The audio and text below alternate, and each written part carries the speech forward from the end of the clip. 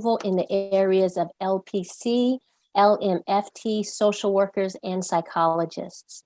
Each attendee can qualify for a total of 4 CEU eligible workshops Friday through Saturday. A post-session survey is required, as well as a daily conference evaluation. For those joining us out of state, please follow your CEU instructions, but it will be your responsibility to seek final approval for your state's credentialing board. We are grateful to have the support of NAMI Texas and Bexar County Recast Project for making these CEUs available. Again, all registered attendees seeking CEUs must remain in the session for the entire duration. So it is now my pleasure to introduce the speaker panel. We have with us today Nathaniel McLeroy, Lumisha Brown, Darylyn Swift, and Arnold Fosah, and I'm so excited to introduce each of them. I'm going to let them tell you a little bit about themselves so that you can learn a little bit about just the amazing work that they do. And when we finish, we're going to get started. So let's start with you, Lumisha. Can you say a little bit about yourself? Well, good afternoon. Yes, thank you very much, Dawn. Absolutely. I'm excited to be here with you all. I am looking forward to engaging, learning. I'm honored to be amongst this panel. My name is Lumisha Brown. I am a licensed marriage and family therapist operating in California.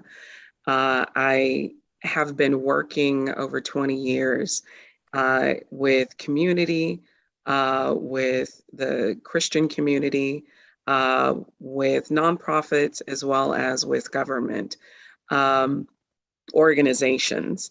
And the reason why I got into this field is really a passion to serve and a passion to be of assistance to those who are experiencing challenges and helping them to overcome those, to really have the relationships, to have the life, to have the quality of experiences that they would hope for and that they would desire to have. I personally went through a period of time of prayer and seeking God on what was a direction that I was to go in next.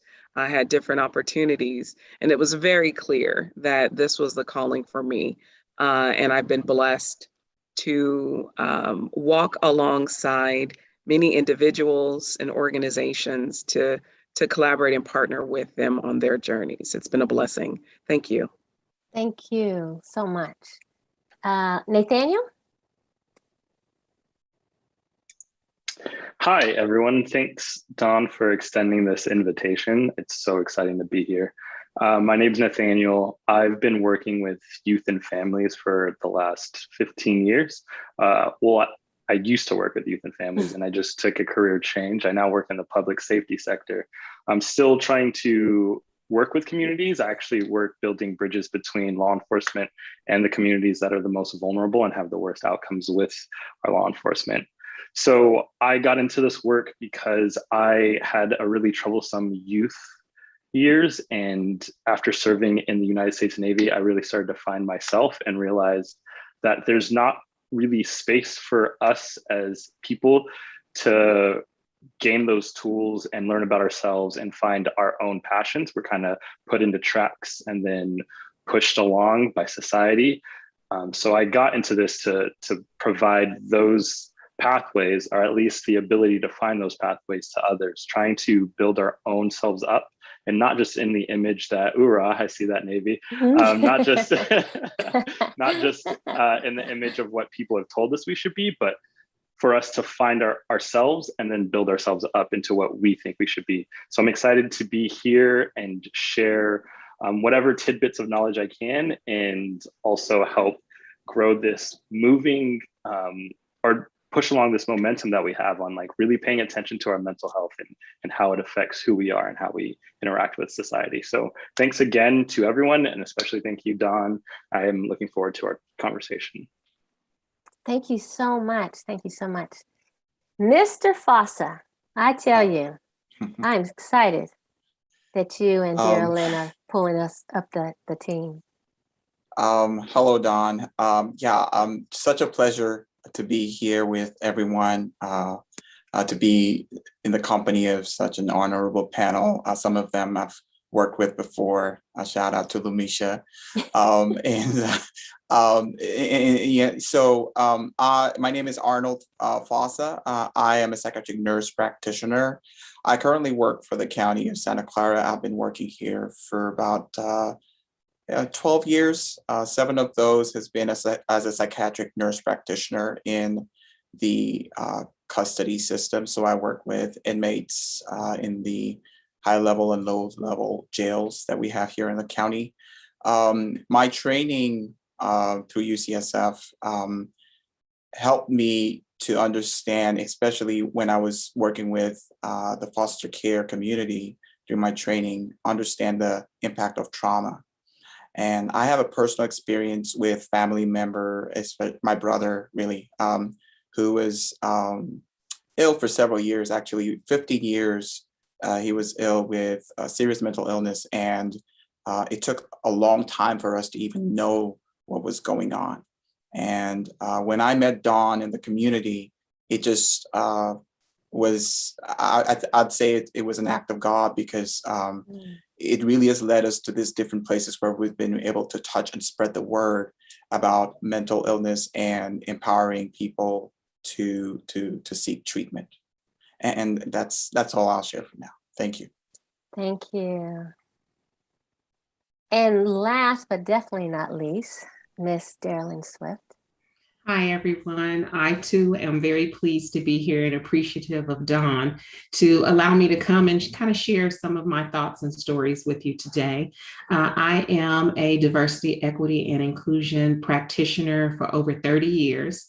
I am retired from Deloitte Services, a global consulting organization, and I spearheaded many of the initial DEI efforts within the organization from a strategy standpoint, as well as from a training standpoint.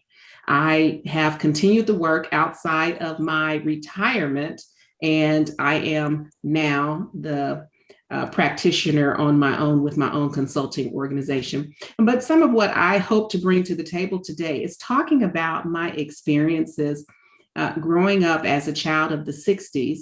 I was kind of front and center with the civil rights movement. My father, longtime law enforcement officer, retired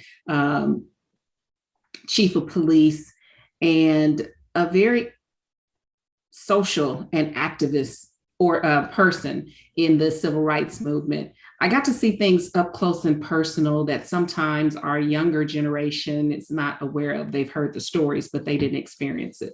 So hopefully my experiences and my work, the meld of them, will bring some richness to the conversation today. So again, thank you, Dawn, and I look forward to the discussion. Thank you all. Thank you so much. I'm really, really excited just to bring together such eclectic group. I mean, not just from a service standpoint, thank you for your service, Nathaniel, but also the work that you do in law enforcement, and also with Darylyn, her father starting one of the first law enforcement, what would you call that? Kind of like affinity group, I guess, right? Like possibly. Yeah. So it's called NOBLE, National Organizations of Black Law Enforcement Executives. My father was one of the founding members of it, one of the few that's still remaining. And they started to look at a lot of the racial injustices that was happening in the community and within the police departments and law enforcement throughout the country. So I see you and Nathaniel continuing that conversation as well.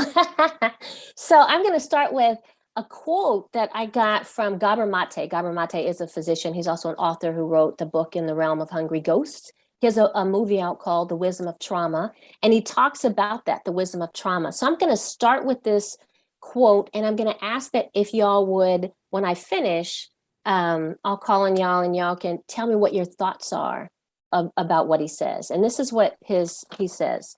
He says, trauma shapes our lives. It shapes the way we live, the way we love, and the way we make sense of the world. It is at the root of our deepest wounds. Virtually all of our afflictions, mental illnesses, physical diseases stem from trauma. It distorts our view of reality and leaves us stuck in contraction, defense, and reactivity. it compromises our capacity to be in the moment, to be present to our relationships and to fully take in the environment.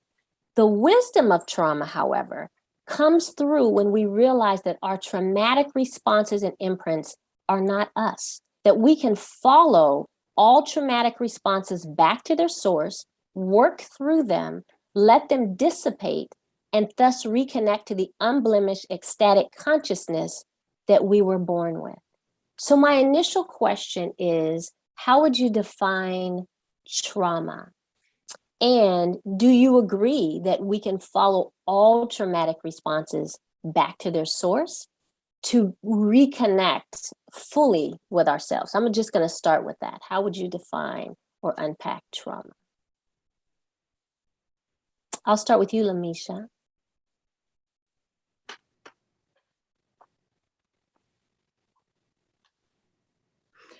When I think about what trauma is, and I could give a clinical definition of it, but really a trauma can be an offense, it can be an experience, it can be an observation of someone else's lived experience. Trauma can be something that is incredibly stressful. It can be something that is life threatening. Trauma can be a whole group of people's experience, cultural experience, and interactions with others. When I think about our country over the course of the last 18 months, there are what in my field we call complex traumas. There are an experience of a trauma, and then there's another experience of a trauma, and then there's another experience of a trauma. We've gone through every single time that there is a person of African ancestry whose life has been taken under circumstances that are unimaginable, and we have that it has happened, we have experienced that trauma. There is a collective trauma for a group of people who are connected to that individual. They too suffer with the impact of that difficult experience and trauma. Trauma can also happen, and that's directly related to the context of our conversation with regard to race. Just trauma in general can be just the experience of not having the basic necessities of life, food, shelter, being hungry. And are expected to go to school, expected to go to work, not having shelter or being able to have a shower. Those are different levels of and complexities related to trauma from a clinical lens. From just a lived experience, it's the hurt and the pain that resides in your belly and the deepest recesses of who you are when you have witnessed and you've experienced a harm, whether it's been to yourself or a harm to others. And it becomes this place of just kind of pain, a seed of pain and hurt that lives there. And my hope is that today, through our conversations, we can learn more about it and learn more about what it can look like and the impacts on the individual and a collective community. Thank you. Arnold or Darylyn, you have, I see you unmuting Darylyn, so I'll let you. Okay, I'll jump in. Please. So when I think about trauma, I think about it on the mental, emotional, physical, and spiritual level, because there's pain on all of those different levels. Or it can be confusion, or it can be the diminishing of our personality norms because we're shrinking back because of experiences that we've had to endure. And I specifically, not being a mental health practitioner, I focus on trauma that's experienced because of racism or any of the isms that people experience. So being subjected to or witnessing, just as was just mentioned, these racial acts of oppression and violence and discrimination, they cause trauma, they cause harm, they cause pain. And we're seeing a lot of it happen now, but there's a long history of brutal inhumanity. As I said, I'm a child of the 60s, and I can, think about the first time I saw a photograph of a policeman that had his knee on the back of a Black person's neck that was handcuffed. That wasn't last year, it was in the 60s. So I think about things haven't changed. And so those kind of things stay with you. And seeing that happen to George Floyd, it brought that back up, and it caused trauma, not just because of what's happened now, but because of what I've witnessed over the last, 60 years of my life. So for people of color, just knowing that it could happen to them or someone close to them, it's both physically and psychologically threatening.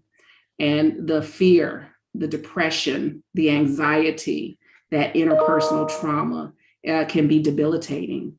So these can, of course, result from the major things that we see, but also when we talk about at work, because I work with a lot of corporations, when we talk about at work, it can be the accumulation of many small occurrences, such as everyday microaggressions, or when you feel that, or when you know that your feelings are minimized or ignored, or you're told you're a villain because you want to address the acts of discrimination, or when your words and your actions that you have possibly built as a defense mechanism or as a protection or weaponized and used against you. These actions continue to perpetuate racism and therefore trauma.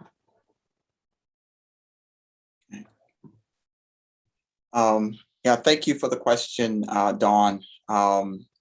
So I wanted to just reflect back just a little bit, because I think that you've already said a lot of the things that I would say. And I really love the part where, Daryl, and you talked about mental, spiritual, emotional, and physical pain that we experience. I really, you can appreciate that in all what we've seen in the last 18 months, like Darylyn said. But I also like what Lumisha said. She said specifically that seed of pain and hurt. And when we start looking at the seed of pain, just using those words, we see that if it's a seed, then it can grow into something, right? And now we can start to understand, what does trauma become if it goes untreated? And that for me is where my work has been. When I look at when I look at my training, we approach trauma from a medical model. I was trained to notice signs and symptoms using the DSM-5. If you look at that, the symptoms are pretty obvious. It's usually depicted narrowly in some of the movies and popular media that we consume today. Someone who's been in a negative experience, they call it re-experiencing that to flashbacks, increased level of arousal. So you have people who struggle with just being settled in their body, having trouble with sleep, and then oftentimes they would resort to maybe alcohol or some other drug or way of coping with this, or they will be numb, and meaning that they will shut down their feelings and not want to feel anything or distance themselves from trauma triggering, emotional pain triggering stimulation. And then they would also have this depression symptoms, which are often connected to, and depression and anxiety, which are often connected to their patterns of thinking that have been affected by trauma. But there has been a movement from just noticing the causes of trauma and the effects of trauma, which is what we see in the violence or the drug use and all the common ways in which people cope, to understanding how this happened and why this happens. And that's what I'm hoping we can talk about. Sorry, I just got that's what I'm hoping we will be able to talk about. And really, when we get to ACES, I think we can expand more on that. Thank you, Nathaniel. I know that you're doing a lot of work too around this very topic, especially around youth as they come in contact with law enforcement. How would you, how would you look at or explain or discuss trauma in the work that you're doing? Particularly in the work that I'm doing, Mm-hmm. I would talk about trauma as like a societal thing, something that honestly, as a more than a, I would say societal, but it's pretty much at this point been built into humanity. There is no, how we got to where we are as humans has been riddled with nothing but traumatic experiences, from like cataclysmic events happening to cities or states or generations of people. If we talk about slavery and things like that, trauma is almost inextricable from humanity, which is like a gift and a curse, right? Without that trauma, we don't get this beautiful resiliency that we get from the people who have been traumatized to like turn it around and build whatever it is that they come back with. I talk about my trauma and think like, I love my trauma because I have to. And if I didn't, it would cause a lot of the things that we're talking about, a lot of those addiction problems or mental health issues. But I also hate my trauma, right? Like I don't want to have to be resilient. Like there's no reason for us to have to do these things, to have to fight through these painful events, to be fully realized human beings. Other than that, we are hard-headed just as humans, right? It's really hard for us to learn these lessons. So I love the resilience that I've gotten from it. I love the resilience that people build and the beauty that comes from it. I also hate the fact that we're hurting each other so much, and it doesn't have to be that way, right? I feel like we could, if we evolve, which hopefully conversations like these spark that need to, we start looking at the world differently and stop thinking that we have to destroy to build. I like that. Thinking that we have to destroy to build. Like that's powerful. I mean, that really gets me thinking then, like, what are the presumptions? What are we missing? I mean, I feel like, as you said, Arnold, earlier, that there's a lot of conversation around trauma, the early, the adverse childhood experiences, that if you fold that in, how our childhood experiences lead to, health outcomes and mental health disparities and health disparities. But what are the presumptions that we're making, and what are we missing when we talk about trauma, especially when we're talking about serving diverse communities? Right. So just building on the last point I made about this seed of hurt that grows into something, and it creates, I would say bear fruits. Just following that it bears its fruits, and we harvest those fruits, and oftentimes those fruits are pretty bitter, right? But the idea is, if we ask the question, how does this happen? We get into a space where we start having a lot of hope, because we start seeing how the different ways in which trauma affects the brain. It literally changes our neurobiology and physiology. It changes the way we function, the way we perceive the world. And if we can just have that as a foundation, and know that the brain is not fixed, it is capable of what we call neuroplasticity, which is the ability for the brain to change and grow over time. It's less capable of change or slower to change when we're older than when we are younger, but still the same, we are capable of that change. So just to address the question of how, so there have been a couple or three, actually there have been a few, the ones that I've been researching, of pioneers in the trauma field who have researched exactly how stress, chronic stress, which is really the basis of trauma, when it comes to when you're speaking about trauma from a physiological standpoint, so how it affects the body.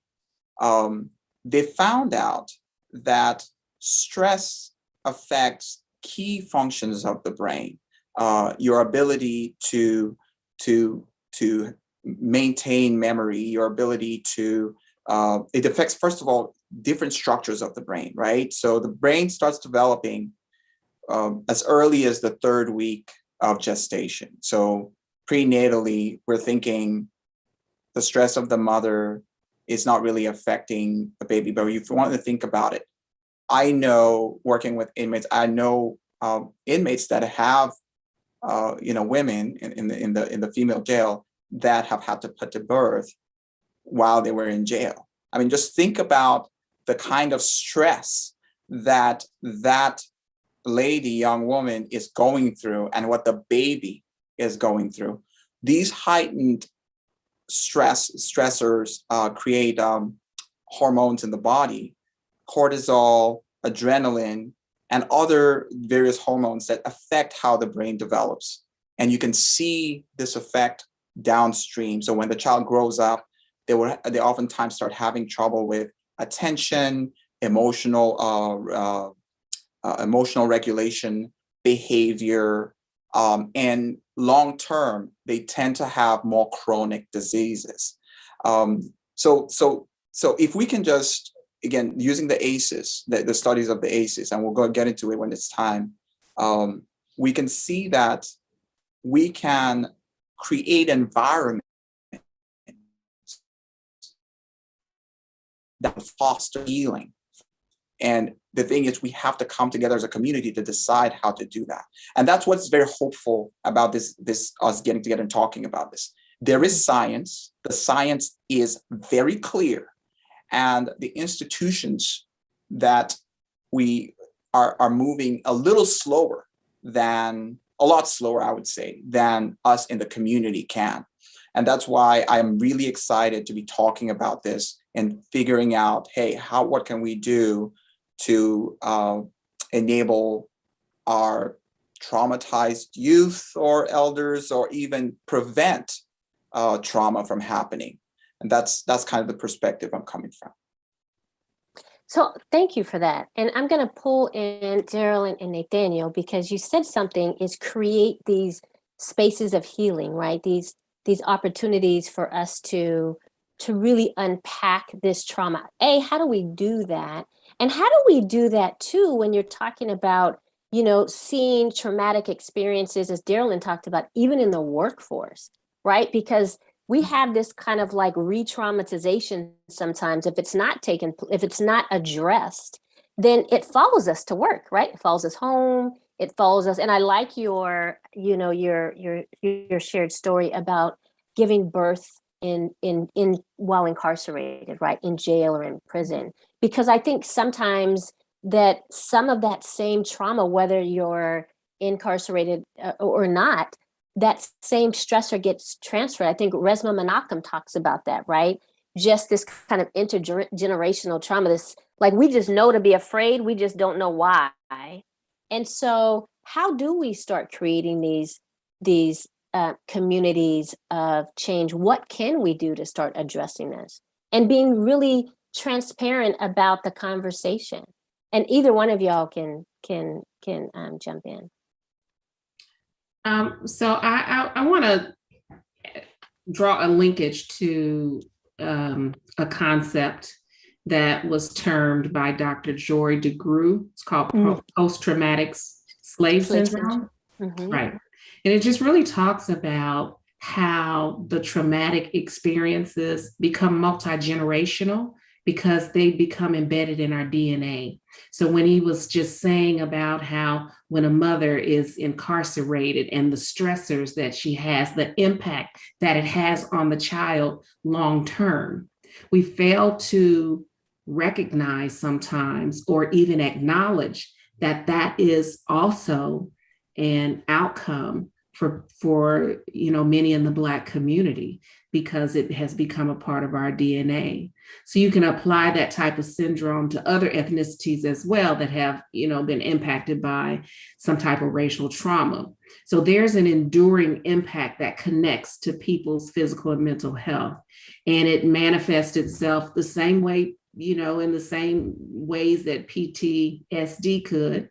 You find that some people of color avoid certain places or people or activities or events because it reminds them of a traumatic experience. Or what I see with work is that people come into work and they automatically have a distrust of someone who looks like the person that was their oppressor, or a person who has, enacted some type of traumatic experience on them, or they have difficulty concentrating, or they feel angered easily, or they become defensive, or sometimes they just feel emotionally numb and seem to be a little vacant.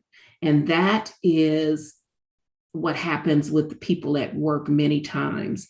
So it's not just happening when you experience it. It continues to happen. You go to work cloaked in these emotions, and sometimes we don't even realize where they're coming from. We don't even realize why we're mad. We just know we're mad. We don't know why we're defensive. We just know that if you say something the wrong way, it triggers us. And so I think we have to think about that and talk about it. And we have to recognize, yes, the resiliency of African Americans and other ethnicities throughout the past several hundreds of years, from slavery and oppression to now, what we're experiencing now.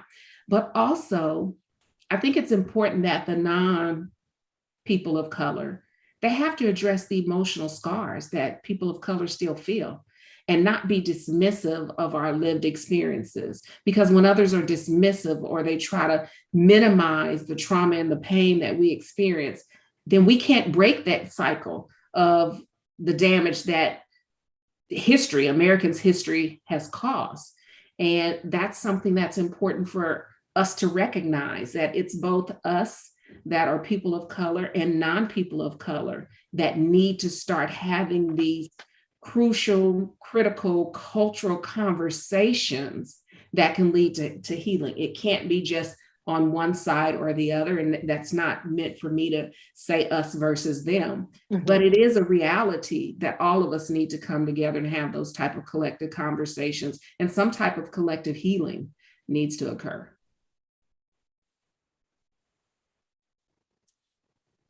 I just wanted, sorry, go ahead. Please. Who, me?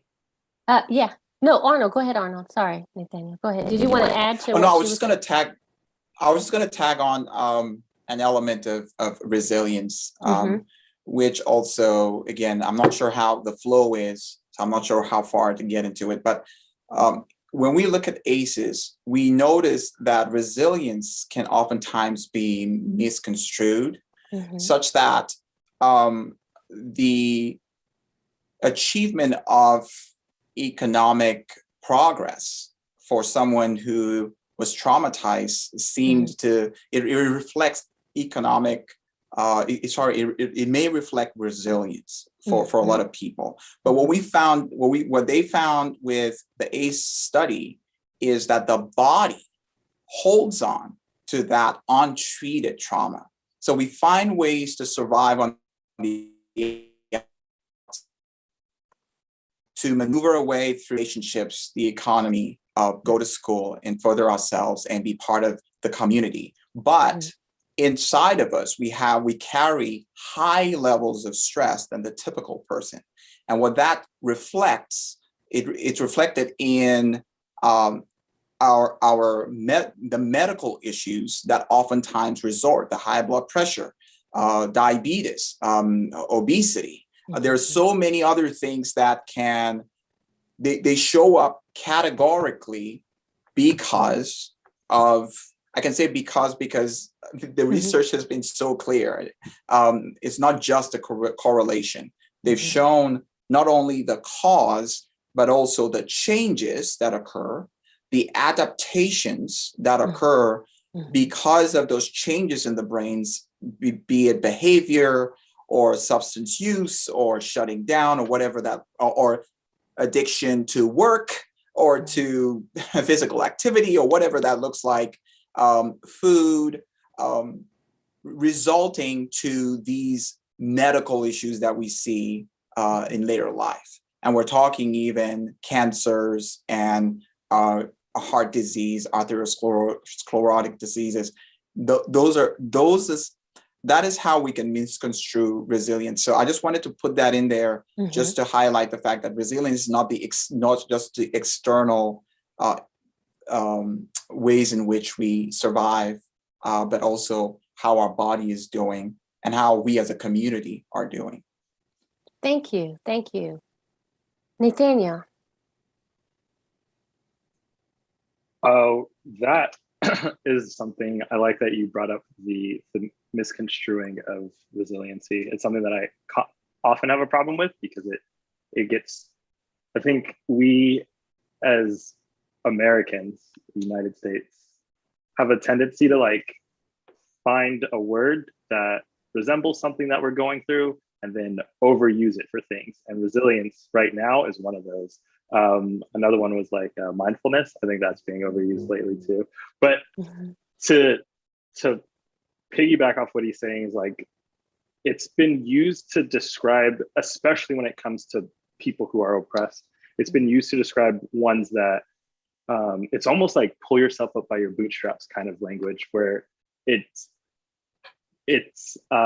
like something that we use and point out to be like, why can't you be like them? Look at what they've done. Right. Almost, and also like the model minority kind of thing. Like those things are another way to keep us comfortable with what's going on, right? Like if we just teach people to be more resilient, we can keep traumatizing them. And that's still a problem. It's what I was going back to, like, I love my trauma, but I hate it too. And there's no reason for us to keep destroying things to build something better. I want to go a little bit back to, we were talking about trauma, and I wanted to bring up, I don't believe in oppression Olympics, but I think most people can agree that like youth are the most oppressed group in possibly the world, right? They have no say in how their lives go in just about I would say in every field. And I'm thinking of how I was in the Navy. I was part of the Iraqi and Enduring Freedom. Wow. And if we look at our country and we look at our youth, particularly ones living in poverty, we're starting to realize that these kids are suffering from PTSD. And they have not been in actual war zones, but they've been in honestly a capitalistic war zone. I've worked on the south side of Chicago for 2 years, and the things that they experience are more than traumatizing, right? I don't know how people can go on at such a young age. And I mean, that probably explains the violence. But if we look at that, and then we look at these really terrible interactions that happen between youth and law enforcement is a very traumatizing job. Like, no matter what they do, whatever they get called to, they're getting called to someone else's worst day of their life. So back to, I think it was Daryl Lynn who mentioned the observation of someone else's trauma is traumatizing, or someone else's experience. Like, law enforcement has the highest rate of suicide of any other job, which points to this need to recognize what trauma does to us, this need to get back to trying to create this world that we don't have to be traumatized and we don't have to, like I said, be destroyed so we can build ourselves up again. We need to, I think your question was, how do we begin to like create those spaces? We need to recognize it. Like, first is recognizing that trauma exists and it has real effects on our body. Every piece of our body, all the pies, someone said, like our physical, intellectual, emotional, spiritual, and then recognizing that in others. Like, if I'm traumatized and I'm living in the same society as everyone else is, and I'm seeing these same things, we need to recognize that other people are like experiencing similar things and just be compassionate. So building space to recognize our own trauma and be compassionate towards other people's trauma. Thank you. I'll say this too, because I thank you all for your input. I was on a call this morning. They were talking about changing the culture, and it was with a group called Leader Factor. I think Leader Factor, and they said that culture is king. It's like the soft operating system. It is in and through everything, and everything hinges on modeling behavior of leaders. And there's nothing really about culture on, that's on a checklist. And oftentimes when we try to create these spaces, we're like, ooh, diversity and equity training, check. Bringing in diverse board, ooh, check. And they were saying that the more we do these kind of checklist approaches, it becomes kind of one and done. So Lumisha and Darylyn, my question to you is really around the culture shift. How do you start looking at changing this perspective from an organizational standpoint? Is it possible? I'll start with you, Lumisha. Yes, thank you. It absolutely is possible. And I appreciate all that has actually been spoken to up to this point. You have to acknowledge culture in order for there to be a shift. Yes, it absolutely is possible, and it's necessary in order to produce any type of shifting, to acknowledge culture, to address culture. The intersectionality of culture contributes to every aspect of our community, our lives, our family systems, our religious institutions, our government, our business organizations, and a collective trauma and stress that we've been talking about. It really does require a very intentional approach to create these pathways, to create spaces within itself in order for that intersectionality of culture to be seen, supported, and valued. It's incredibly necessary to be able to have the dialogue, to have conversations. In this visual image of having a seed that's put inside of a box, that's nourished with more pain, that's nourished with more trauma, what's nourished with more compounding and complex experiences themselves, what they hear, they see. We experienced a trauma through technology. We couldn't escape it for months on end. The trauma, television, the news, our social media feeds, text messages, we were communicating and continually experiencing trauma. So if you go back to the visual of a box that has this stuffed inside, now mind you, you're still living life, you're still getting up every day, you're still trying to move forward to survive. We can compartmentalize only for so long. And then what happens inside that box is just, it's exploded. It has to burst out and go somewhere. It's necessary to acknowledge. One of the first things that any one of us can do, whether it's a small congregation or it's within your own family system, is normalize the conversation. There is a GARE model, and I can put the information in the chat.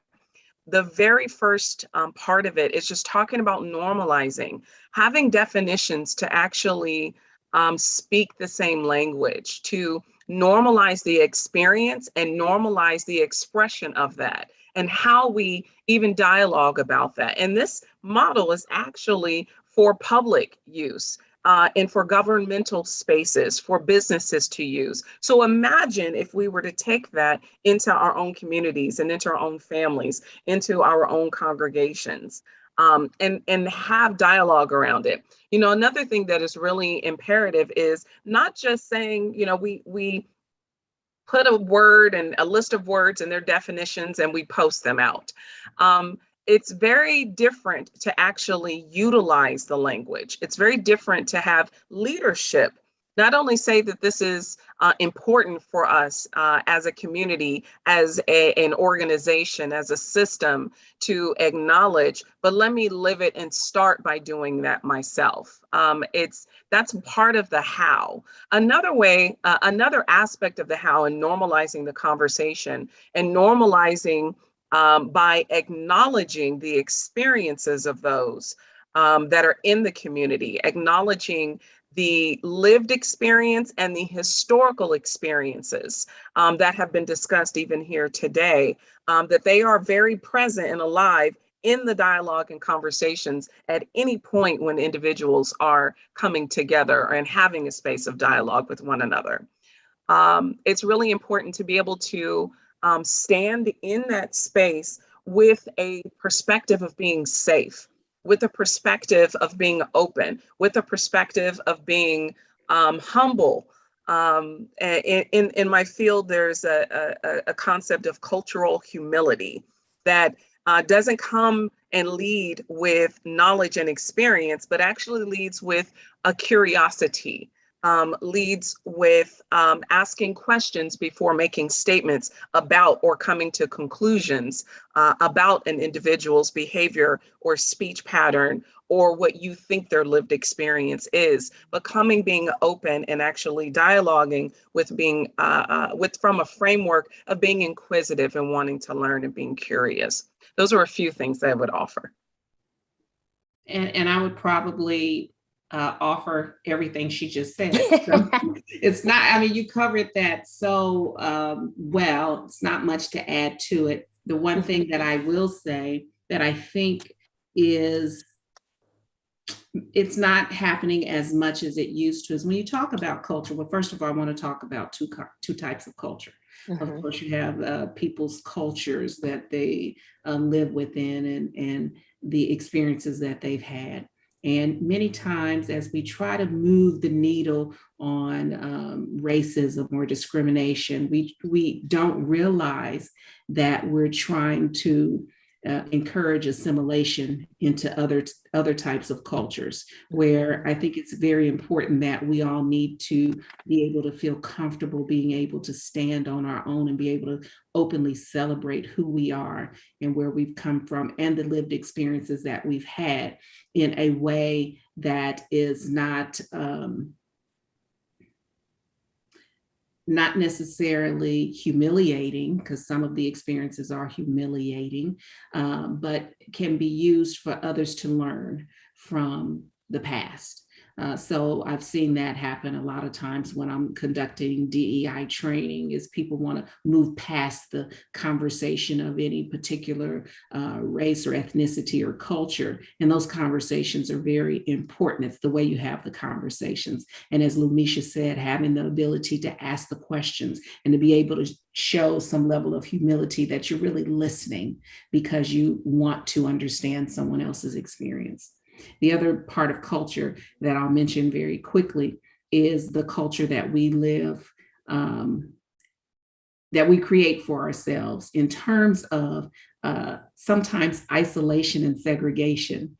Many times we don't realize that we still kind of live in a segregated, self-segregated type of world. You know, when you think about the people that you go to school with, a lot of times you were raised in an area where you went to school with people that looked like you, even when we were able to not, or you may worship with people who mainly look like you.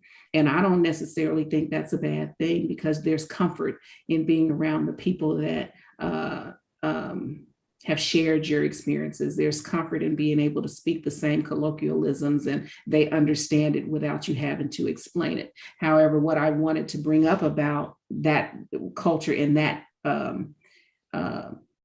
sense is the need for exposure. So I know that there are people, and I'm talking individuals, not organizations. There are people who don't ever reach out past what they're comfortable with and what they already know. And it's a matter of exposure for us to be able to have those conversations and to feel comfortable having those conversations and being able to provide them with the communication tools and change tools so that they do have the ability to feel safe in those spaces is very important. I'd like to follow up. You know, I was thinking about, we've talked about the neuroscience, and I appreciate what you just shared in introducing the concept of safety in that dialogue. The neuroscience shares that it's very, very clear that what happens in the brain when you observe a social harm or a social trauma is just the same as if you have a physical trauma. So when we are experiencing, and when you look at it from a historical context, it was introduced in here, slavery. But let's take it a step back and look at the Atlantic slave trade. The Atlantic slave trade actually impacted the entire world. And if we fast forward to the last year, year and a half and 18 months ago, what you saw was an outcry across the world that the impact of racial trauma, and I'm only speaking to it right now from the African ancestry perspective across the diaspora. However, if you were to actually look at, for example, the indigenous community here in this land, in the North American continent, the repeated historical trauma and the impact of that trauma is still very relevant today. So when we have conversations or we introduce this idea of becoming racially aware or racially equitable in terms of how we do what we do, where we're doing it, and the systems that we create, it is imperative that we recognize that the historical experience, as was shared today by Arnold, has been embedded in our DNA, in the various BIPOC community, and the cultural expressions and experiences. But we have to come to it from a place of being able to create safety. We have to approach it from a place of acknowledging, and not acknowledging from a distance, but acknowledging by leaning in and being open and really wanting to be respectful to produce an outcome that starts internally. Wanting to engage in the dialogue and being able to sit into those very difficult and uncomfortable conversations at times. And I'm not referring necessarily to any one particular group, because I'll tell you, as a woman of African ancestry, to sit and have dialogue in a diverse room about race is incredibly uncomfortable for me. And I can go to it, if we want to go to that level in the conversation, we can do that. But it's very uncomfortable to have it. And in my organization, I'm actually leading the departmental structural system change on race equity. It is incredibly difficult when I am only one of two senior leaders in my department who are of African ancestry, and both of us are female. It is incredibly difficult. However, I find it to be really necessary, because if I don't participate and lean in and sit into the uncomfortability, then we will never be able to experience the positive outcomes of shifting, the positive outcomes of even just changing a bit, changing the course of direction.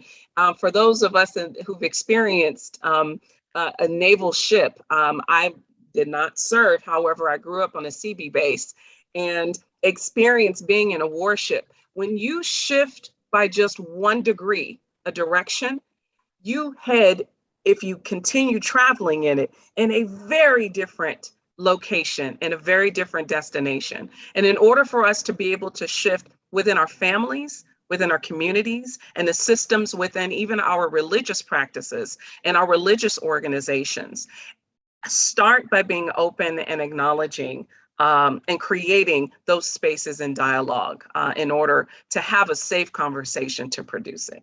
Thank you for listening. Oh my goodness, that was wonderful. So let me ask y'all a question.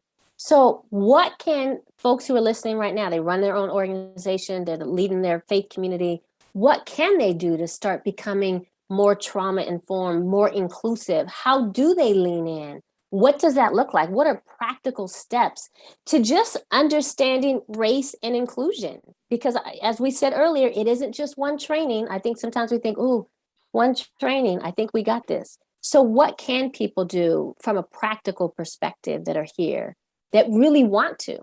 2 things come to mind, and this is something, one of them, the first one is very, very easy to employ.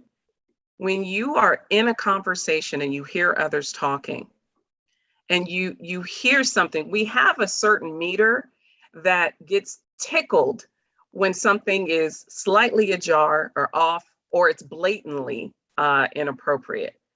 Lean into that conversation with a question and have the dialogue. Be okay with just leaning in and having dialogue about it. That's the first thing that I would offer. If you are in a position of leadership, you have a staff meeting. start your meeting off with just introducing a question around culture. It can be simply, tell us about the meaning of your name and where does that come from for you? And being able to listen. And that is one exercise that personally I've engaged in that exercise and have learned, because I've been really open. I've learned so much about the family history, the cultural history, the richness, and even how a name is selected. It becomes pretty powerful. So even if you're in a position of leadership within your family, having just introducing a dialogue, introducing a question, and continuing it. Two things you can do. Thank you. Arnold. So yeah, thank you, Lamisha. Definitely, there are, first of all, I want to say this is hard work, okay? One of the things I've discovered working in the mental health field is that the more you're passionate about helping and the more you research into the evidence. I mean, I'm talking about pharmaceutical institutional policy. I'm talking about how trauma works. The more of a burden it seems, and the more it seems insurmountable. And what I'm hearing is that we all need each other to be able to do this, right? I got a call this morning, I kid you not, from a friend who says a friend who says, son, nephew is in a situation. And all of a sudden you're thinking, who are the people, where's our community? Who are those who are working to address this? And so there are two levels where this is taking place. There is the crisis level, which is when the trauma has played out in our families, when we've constricted and hidden it long enough that it explodes. And what do we have then? That's the first thing. And what I want to say about that is we do need each other. We need to be able to talk to each other, feel free. I need to be able to pick up the phone and say, Lumisha, Dawn, Daryl, Nathaniel, depending on where we are, who's our team in the community? I think to build those at the crisis level. We don't always need to rely just on our institutions to do that, which is just fine with institutions as well. The other thing that I see that can happen, or is happening actually, is there has been an effort to implement policy to screen people. So I think as of July 2020, there was a law that went out in California that Medi-Cal providers are supposed to screen for certain departments. I think it's being unfolded slowly, but Medi-Cal providers are supposed to screen ACES and ACES is the adverse childhood events a screening tool. They call it a screening tool. So we're supposed to do that, and for kids who score really high on these ACEs, they are referred, and there is kind of a flag. They're flagged to receive more resources, and that's just one way. The other way is that we do our own assessment. We all carry trauma, and our respect, the way we respond to trauma, to the extent that it's positive or negative, is also to the extent that we've dealt with what is going on with us, whether it's in our personal lives, our parental upbringing, whether it's other, physical, sexual, whatever trauma that we've had in the past, and how we're coping with it, because it plays out in the way in our relationship and in our workplace. Dr. Nadine Burke, who's our Surgeon General for California, she headed the Center for Youth Wellness, and she talked about 6 components of care. And I'll look that up and put the link. And it's some of these simple things that we can do to mitigate the effects of trauma. So looking at the science, we know that there are clear brain changes. These changes affect relationships. It affects our levels of arousal. It affects our levels of self, our levels of our ability to plan for the future, and connect with people in our environment. So the 6 steps were regular physical exercise. And these are simple things, but these tend to mitigate the effects of trauma. Psychotherapy or psychiatric care for clients or for patients or for family members who really need this. Quality sleep. Now, you would look at the levels of arousal. It makes sense that if you're spending a little bit more time in a restful state, you're actually calming down those stressful hormones. You're decreasing your levels of cortisol and adrenaline, and that also decreases the effects of trauma. Having supportive relationships. We have to encourage folks that are isolated in our families. We have to seek them out if they're isolated. We have to advocate for them because it should be clear to us that that's what they're going through. There are mindfulness and meditation practices that we can inculcate. Prayer is one of those, which I know a lot of us practice, and I've seen it have bear wonderful fruit in my life in terms of my relationships, and it's how it's helped me to get through stressful times. And then this other one is kind of controversial as well, is balanced nutrition and what that looks like. It's been shown that just our quality, the quality of food that we eat, can really go a long way to improve decrease our risk for chronic stress type diseases long term. So I'll just leave it at that. I'll look for the link and put in the chat. Thank you so much. Nathaniel, I want to just pull you in because I think at the community level, how do we engage communities, especially with law enforcement? How can pastors or community members partner better with law enforcement to better serve these youth that you're talking about? Because I think that is incredibly important. Yeah, I mean, as we said, we know youth to be the most oppressed group and how traumatic oppression can be. And then thinking about law enforcement and how they're constantly interacting with these traumatizing events. Faith leaders sit in this wonderful position where they're, let me see if I can make a good analogy. So I was a teacher for a while, and there's like a different relationship you have with students than if we're like an after school program coordinator or like a therapist, right? It's less power centered, or the power dynamics is much more shrunk. And I think faith leaders sit in that much more shrunken power dynamic where they feel closer to their community than, let's say, law enforcement or with youth teachers to their kids. So there's already this trust that exists between community and faith leaders. And for the most part, what I see, law enforcement has a trust of faith leaders as well. So they have this beautiful sitting space between both parties.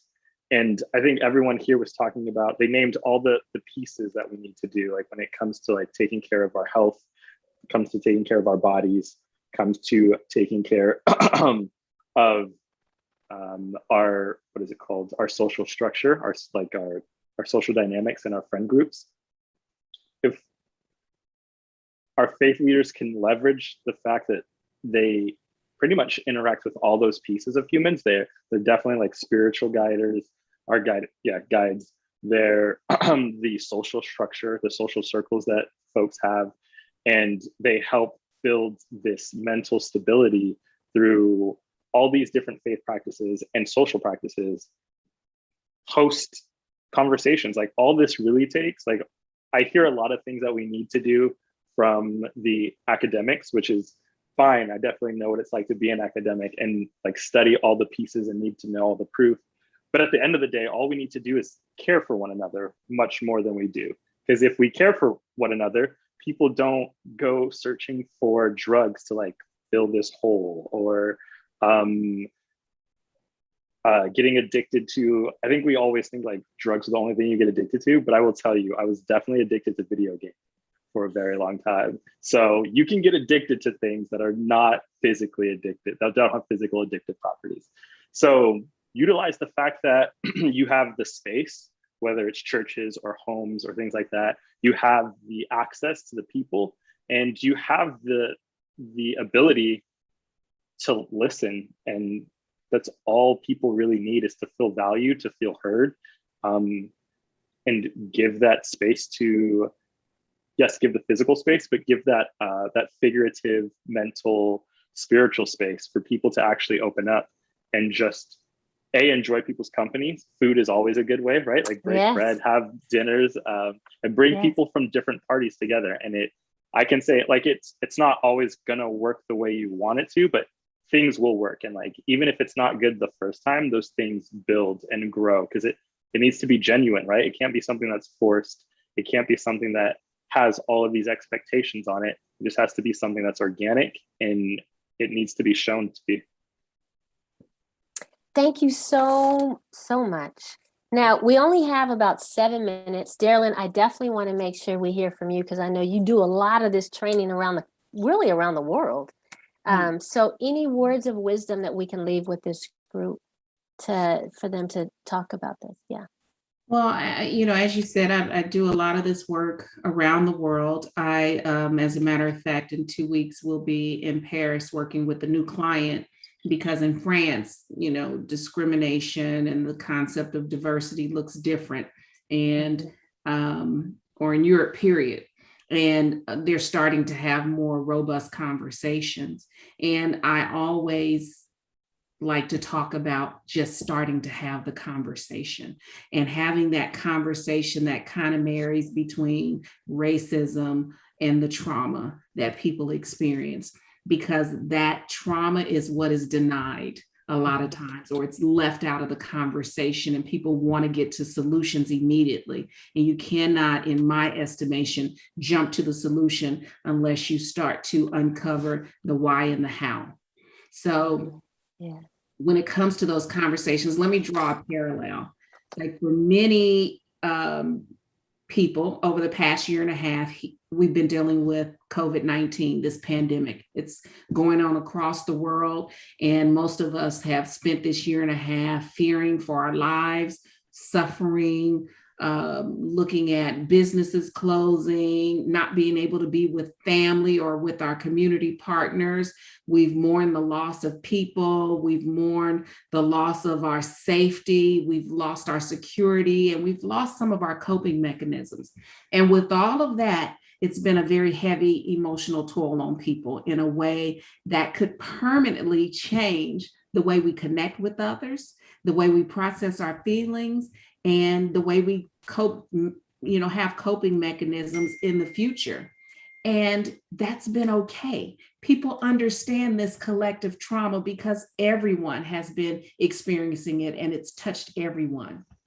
Now, imagine that you're a part of a group of people, an identity you're rooted in, or through birth or through some type of lived experience, and you've been subjected to some types of racial pandemic, not just for a year, and not just for a decade, not just even for a century, but for hundreds of years. But you're denied the opportunity, or you're denied the acknowledgement that there is trauma, that things have changed, that there's losses, that there's mourning. What has to happen in my mind, and what I talk to people about, is the traumatic experiences. They have to end. They have to end. Having conversations are a great place to start, to link in the middle, and to continue. And as Lumisha says, lean into. But the traumatic experiences have to end. That's where we have to start with the conversations of talking about how do we hold ourselves and others accountable so that we can stop hurting each other and find ways to heal. And healing is a part of an ongoing process. But it's hard to ask people to heal when they come to you for treatment. or come to you for conversation, then you walk out into the world and the air is still infected with the COVID or whatever the traumatic experiences are. And the people that are the carriers, let's say, or the spreaders of COVID, they're okay with not wearing a mask. Because it's the same thing when it comes to racism. The people who are perpetuating that upon us might be okay with continuing their behavior. So we have to meet them where they are to understand the why and the how during that conversation. That's what racism is doing in this country and all over the world. So the conversation can happen, but the behavior has to change first. Or, Thank you. And thank you all. Thank you for all the attendees. We are out of time. I really, I could listen to y'all. This is so powerful. And some of the comments have been that it was powerful. And I think somebody said purposeful. Yes, powerful, and purposely primed. Thank you. Somebody talked about vicarious traumatization. Mina, thank you for your numerous comments, because I think you talked about self-respect, that, service as a way of serving in healthcare, that there's only love that transcends or transludes through the eyes to attract a person to become a good listener. So there's a lot of good commentary. Thank you so much. Thank you, Nathaniel, Darylyn, Lumisha, and Arnold. Thank you all for joining this session. You can find a recording of this workshop on the NAMI San Antonio YouTube channel. If you'd like a copy of the slides, you can find them on the Pathways to Hope website after the conference. When you close out this session, a post-workshop survey will pop up in your browser. We value your thoughts and use the feedback you provide to help shape future conferences. Also, remember, it's required that you complete this survey if you are seeking CEUs for the workshop. So we probably have a minute left. If there's one word that you all would say on our transition out as a result of this gathering, this time together, what word would you use? I'll start. Grateful. I am so grateful for y'all. I'll follow with hope. Hopeful. We need hope. Yes, I appreciate that. Darylyn, Lumisha? Yeah. The word I would use is belonging. Healing. Compassion. Mm-hmm. If we can just start with that. Joseph put inspiring, compassionate humanity. Thank you, Tina. Thank you, Joseph. And thank you all for joining us today. Thank you. Thank you. Thank you. Blessings to you. Blessings. Yeah, deep bow to you all.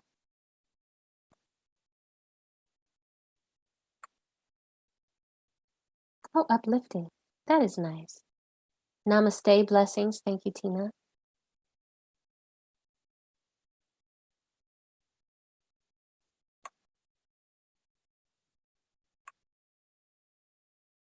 All right, the recording has stopped.